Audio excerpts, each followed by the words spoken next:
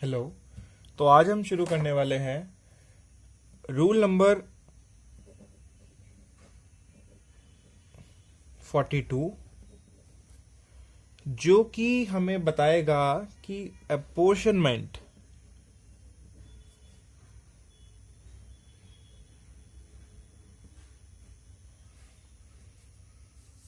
कैसे करा जाए इनपुट एंड इनपुट सर्विसेज के लिए।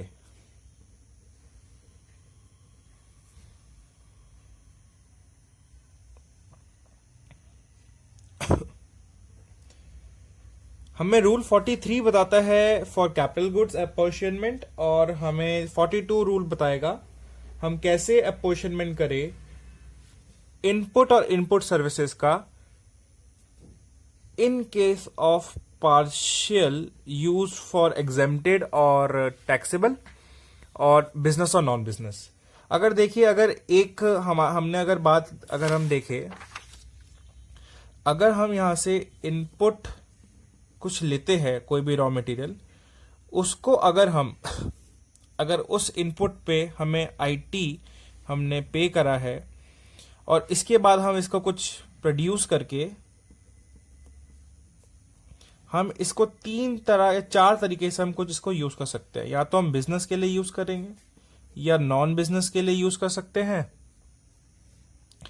या हम इसको टैक्सेबल को ही सप्लाई कर सकते हैं, या हम नॉन टैक्सेबल एग्जेम्प्टेड सप्लाई इससे परफॉर्म कर सकते हैं। बिजनेस है तो आपको आईटीसी अवेल हो जाएगा इस पे। मतलब अगर मैंने इस पे अगर 1 लाख रुपीस का इनपुट खरीदा है और 10,000 का मैंने इनपुट टैक्स दिया है, तो अगर मैं बिजनेस पर्पज से इस प्रोड्यूस को बेचता हूं, तो ये 10,000 की लाइबिलिटी मेरे बिजनेस के लिए क्या हो जाएगी, कम हो जाएगी। अगर सपोज करिए यहाँ पे मैं 20,000 का टैक्स दे रहा हूं अपना मार्जिन जोड़ के, तो 10,000 यहाँ पे माइनस कर सकता हूं। ये मेरे पास आईटीसी अवेल की मेरे पास फैसिलिटी है। नॉन बिजनेस के लिए अगर यूज हो रहा है एक्सक्लूसिवली, तो मुझे आईटीसी नहीं मिलेगा। टैक्सेबल के लिए यूज हो रहा है आईटीसी मिल जाएगा। और non taxable exempted supply, government कहता है तुम यहाँ पे आईटीसी भी लेना चाहते हो, यहाँ पे तुम टैक्स भी नहीं देना चाहते, तो ऐसा तो चलेगा नहीं, तो यहाँ पे भी नहीं मिलेगा। अच्छा, अगर एक्सक्लूसिवली टैक्सेबल के लिए है, एक्सक्लूसिवली बिजनेस के लिए है, तो हमें पता है कि पूरा का पूरा आईटीसी ले लो, कोई दिक्कत नहीं है। अगर एक्सक्लूसिवली नॉन बिजनेस या नॉन टैक्सेबल के लिए है, तो पूरा का पूरा आउटपुट लाइबिलिटी के अंदर उसको फॉरवर्ड कर दीजिए, कोई दिक्कत नहीं है। दिक्कत तब आती है कि अगर हम ये इनपुट निकाल रहे हैं और इस प्रोड्यूस में से हाफ हम यूज कर रहे हैं बिजनेस या टैक्सेबल के लिए, और दूसरा यूज कर रहे हैं हम नॉन बिजनेस या एग्जेम्प्टेड सप्लाई के लिए, तो इस टाइम में हमें क्या करना पड़ता है, बाइफर्केशन करना पड़ता है, दैट इज अपोर्शनमेंट।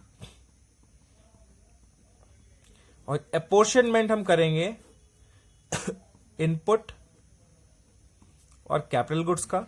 इनपुट में आता है इनपुट गुड्स, और यहां पे आती है इनपुट सर्विसेज। तो रूल नंबर 42 हमें बताता है इनपुट के बारे में, और हमें रूल नंबर 43 बताएगा कैपिटल गुड्स के बारे में अपोर्शन हम कैसे करें। तो आज हम देखने वाले हैं रूल नंबर 42, और अगली वीडियो में देखेंगे हम रूल नंबर 43 एज पर the syllabus of Sridev Suman. आज हम देखने वाले हैं rule 42, apportionment of input and input services in which partial, जहां पे जो हम इनपुट यूज कर रहे हैं या हम जो अवेल करना चाहते हैं आईटीसी, वो कॉमन क्रेडिट है which is used for business also, non business also, taxable also, non taxable also. तो यहां पे हम कैसे इसको करेंगे, कैसे बाइफर्केट करेंगे, आइए देखते हैं। तो सबसे पहले आपको क्या लेना है, सबसे पहले आपको लेना है टोटल इनपुट टैक्स। जो आपका टोटल इनपुट टैक्स बनता है उसको एज इट इज पूरा ले लीजिए, which is your IT input tax. अब इस इनपुट टैक्स को आप मानिए टी। सेकंड, इसमें से माइनस कर दीजिए input tax exclusively on non business purpose. Non business मतलब बिजनेस से अलग, इसको मानिए T1 और इसको इनपुट टैक्स से माइनस करना है। थर्ड, माइनस करना है हमें input tax exclusively on exempted items, इसको मानेंगे हम T2। और फोर्थ हमें करने हैं minus input tax on block credits, ये होते हैं हमारे इनएलिजिबल, ये आगे हम पढ़ेंगे। इस पे आईटीसी हम अवेल कर ही नहीं सकते, तो इसको भी हटा दो। अब टोटल टैक्स में से हमें 3 चीजें हटानी है, और हमें पता लग जाएगा कि कॉमन हमारा क्या है। हमें दिख रहा है कि एग्जेम्प्टेड कौन सा है, हमें यह भी दिख रहा है नॉन बिजनेस कौन सा है फुली एक्सक्लूसिवली, हमें यह भी दिख रहा है टैक्सेबल कौन सा है, फॉर बिजनेस कौन सा है, और हमें यह नहीं पता कि जो कॉमन जो आखिरी में बचेगा ये किसके लिए है, ये कितना इसमें एग्जेम्प्टेड या नॉन बिजनेस का है, ये कितना इसमें टैक्सेबल और बिजनेस का है, यही हमें फाइंड करना है। तो अगर हमें टोटल में से ये फाइंड करना है तो हम इसको और इसको माइनस कर देंगे, और वही हमने यहां पे करा। टोटल इनपुट टैक्स में से हमने माइनस किया एक्सक्लूसिव और नॉन बिजनेस डन, फिर हमने किया एग्जेम्प्टेड आइटम, ये भी डन, और ब्लॉक क्रेडिट। अब हमारा ये वाला जो पोर्शन है, ये वाला पोर्शन, ये हमने माइनस कर दिया है।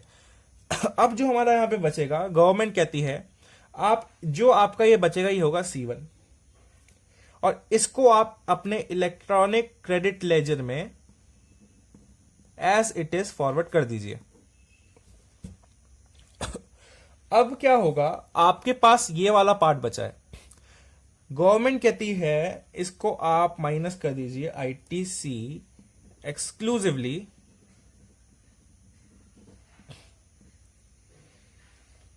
On taxable business, taxable part, business part, और यहां पे आपको 0 रेटेड सप्लाईज भी लेनी है। जो आपकी जो एक्सपोर्ट करते हो आप, वो आप पे एक्सपोर्ट पे टैक्स नहीं लगता, बट आप गवर्नमेंट इतनी फैसिलिटी देती है कि आप एक्सपोर्ट किए हुए जो 0 रेटेड सप्लाईज होती है उस पर आप आईटीसी भी अवेल कर सकते हो, या जो स्पेशल इकोनॉमिक जोन में होती है वो। इसको आपको करना है माइनस।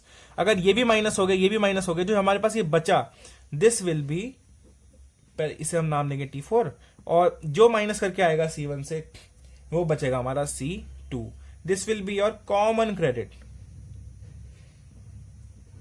अब इस कॉमन क्रेडिट से कुछ तो है टैक्सेबल का पार्ट, कुछ है बिजनेस का पार्ट, कुछ इसमें है non taxable which is exempted, और इसमें कुछ ऐसे है विच इज नॉन बिजनेस।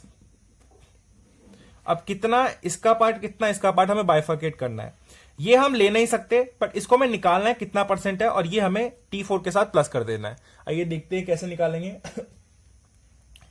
आपके पास जो कॉमन क्रेडिट है which is available for apportionment, आप यहां पे इसमें क्या करेंगे, D1 लेंगे।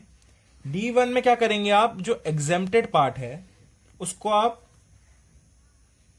कैलकुलेट करेंगे। वो कैसे करना है, आपको लेनी है अपनी एग्जेम्प्टेड सप्लाई,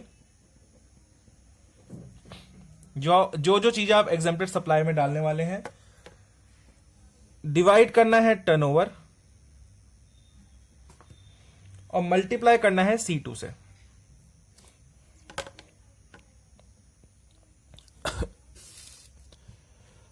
ये करने के बाद आपको D1 मिल जाएगा जो आपकी एग्जेम्प्टेड होगी। अब एग्जेम्प्टेड हमने इसमें से नॉन एग्जेम्प्टेड वाली क्लियर कर ली। अब हमें और क्या निकालना है, हमें निकालना है नॉन बिजनेस के लिए। तो नॉन बिजनेस के लिए हम क्या करेंगे, गवर्नमेंट कहती है नॉन बिजनेस के लिए आप 5% ऑफ C2 ले लीजिए, और वही आपका क्या कहलाएगा, नॉन बिजनेस कहलाएगा। अब जो ये D1 D2 है, ये ऐसी हमारे पास चीजें हैं जो कॉमन क्रेडिट में से हमने निकाली है, जो हमें अपनी आउटपुट लाइबिलिटी में फॉरवर्ड करके इसको गवर्नमेंट को डिस्चार्ज करनी है, और जो ये बाकी बचा है इसको हमें T4 के साथ प्लस करके इसका आईटीसी अवेल करना है। तो ये हम कैसे अवेल करेंगे, जो आपका D1 D2 आया है इसको आप एडिट बैक कर दो to output liability of government, and they are not eligible for ITC. बाकी आपको अब यहां पे C3 निकालना है। C3 कैसे निकालोगे, जो C2 है which is for common credit, इसमें से आप माइनस कर दीजिए D1 प्लस D2, आपका C3 आ जाएगा। फिर C3 प्लस T4 को अगर आप प्लस कर दो तो ये आपका वो क्रेडिट होगा which is for eligible for ITC, और यही हमें चाहिए। तो ये था हमारा rule 42, apportionment of credit in case of input and input services which is for partial. And next में हम करने वाले हैं रूल नंबर 43।